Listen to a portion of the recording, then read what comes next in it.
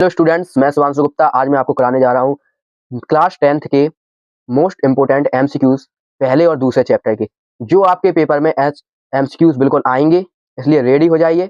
मैं आपको आज पढ़ाऊंगा एमसीक्यूज। आपके बोर्ड पेपर में 32 नंबर के आएंगे। चलिए स्टार्ट करते हैं चैप्टर नंबर 1 से। दिया है चैप्टर नंबर 1, हमें दिया है प्रश्न, दो संख्याओं का एचसीएफ बराबर 12 और उनका गुणनफल 1800 है, तो उनका एलसीएम हमें बताना है क्या होगा। हमने पढ़े हैं एलसीएम और एचसीएफ, अपन लोगों ने पढ़ रखे हैं कैसे होते हैं। तो इसका आंसर होगा उत्तर बी। इसका आंसर हो गया, यानी कि 150। दूसरा है, किसी परमेय संख्या का दशमलव प्रसार शांत होता है यदि हर के अभाज्य गुणनखंड में केवल 2 और 5 शून्य हो। ठीक है।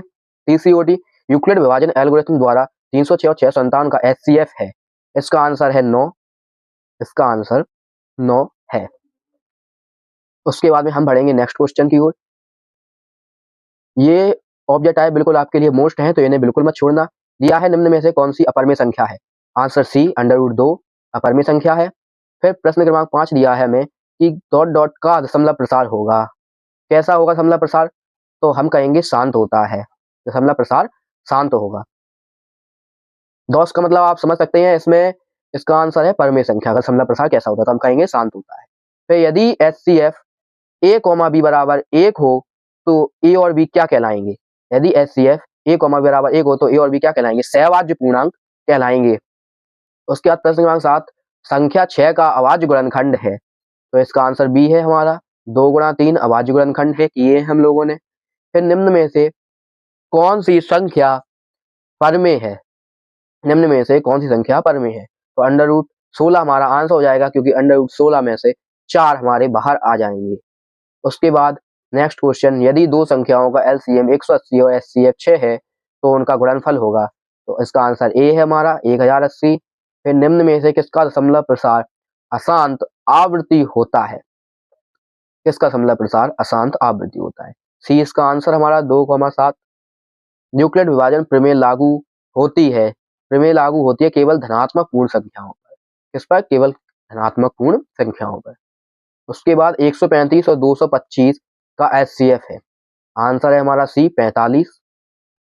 उसके बाद नेक्स्ट क्वेश्चन की ओर बढ़ेंगे हम। फिर दिया है, निम्न में से कौन सी संख्या का दशमलव प्रसार शांत होता है, शांत है। तो इसके हमें करने पड़ेंगे, पेपर में आ जाता है तो हम हल करेंगे। इसका आंसर है सी, 7 या 20। फिर √5 है, तो ये एक अपरमेय संख्या है, हम लोग सिद्ध भी कर चुके हैं। ठीक है, मैं आपको टिक करवाता जा रहा हूँ। उसके बाद यदि दो संख्याएं सहअभाज्य हैं तो उनका एचसीएफ होता है। हम सब प्रश्न अध्याय 1 में पढ़ चुके हैं। इसका आंसर 1 होता है। सहअभाज्य पूर्णांक वही होंगे जिनका एचसीएफ 1 हो। फिर 17 किस प्रकार की संख्या है, तो हम कहेंगे 17 अभाज्य संख्या है। ठीक है, 17 अभाज्य संख्या है। निम्न में से कौन सी संख्या अपरमेय नहीं है। कौन सी संख्या अपरमेय नहीं है, तो √4 अपरमेय नहीं है, क्योंकि 2 बाहर आ जाएगा। यदि किसी भिन्न के हर में 2 और 5 के अलावा कोई अन्य गुणनखंड हो तो समलव प्रसार कैसा होता है, तो इसका आंसर है अशांत आवृत्ति होगा, क्योंकि समलव प्रसार क्या है, पूर्णतः फिर नहीं कटेगा। भाग देने पर पूर्णतः भाग नहीं जाएगा। दो संख्याओं का एचसीएफ 1 है तो वो क्या कहलाएंगी, वो सहभाज्य पूर्णांक कहलाएंगी। हम हल कर चुके हैं, पिछली ओटी भी कुछ इसी प्रकार थी। उसके बाद 0.375 किस रूप का है, तो हम कहेंगे शांत दशमलव है, क्योंकि डॉट डॉट में ये नहीं जा रहा है।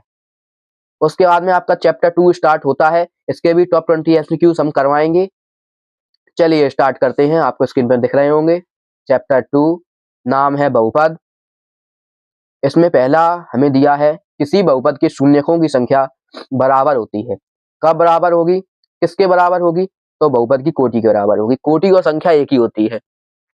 फिर लिखा है, यदि px बराबर x² - 5x + 6 है तो इसके शून्यक होंगे। तो आप लोग इसे हल करेंगे और हमारा आंसर है 2,3। उसके बाद शून्यक वह मान है जिसके लिए px बराबर होगा। px किसके बराबर होगा, तो इसका आंसर है 0 के बराबर। तभी बहुपद का मान निकलता है जब हम px को 0 के बराबर में रखते हैं।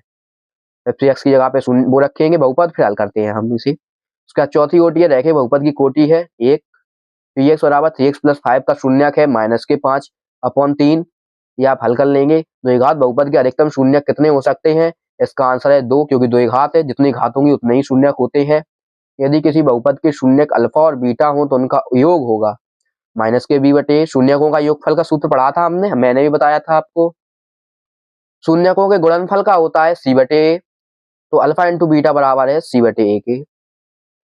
फिर ग्राफ एक्स अक्ष को जितनी बार काटता है उतने ही होते हैं उसके शून्यक, जितनी बार काटेगा उतने ही शून्यक होते हैं। स्थिर बहुपद की कोटि होती है शून्य, स्थिर बहुपद की कोटि होगी शून्य।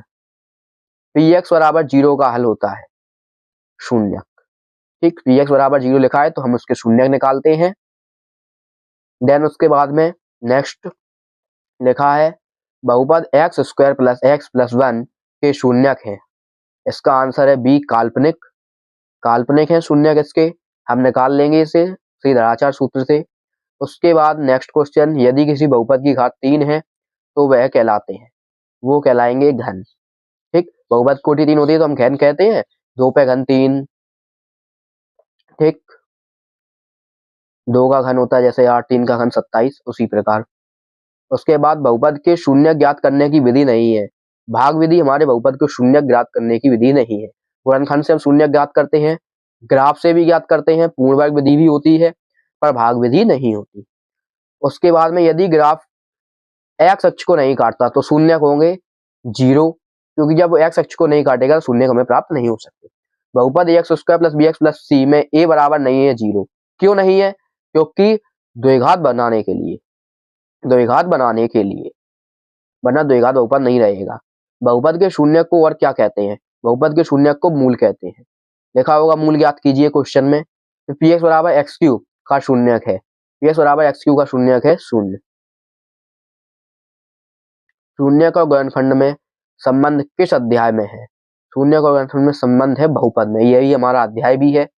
अल्फा और बीटा शून्यक हो तो बहुपद होगा alpha x minus alpha x minus beta. यहाँ पर आपके जाकर पहले और दूसरे अध्याय की most important object type questions complete हो गए हैं। मैं आपको धीरे धीरे पूरे मैथ के मोस्ट इंपोर्टेंट क्वेश्चंस करवा दूंगा, इसलिए हमारे चैनल को लाइक करें, कमेंट करें, सब्सक्राइब करें।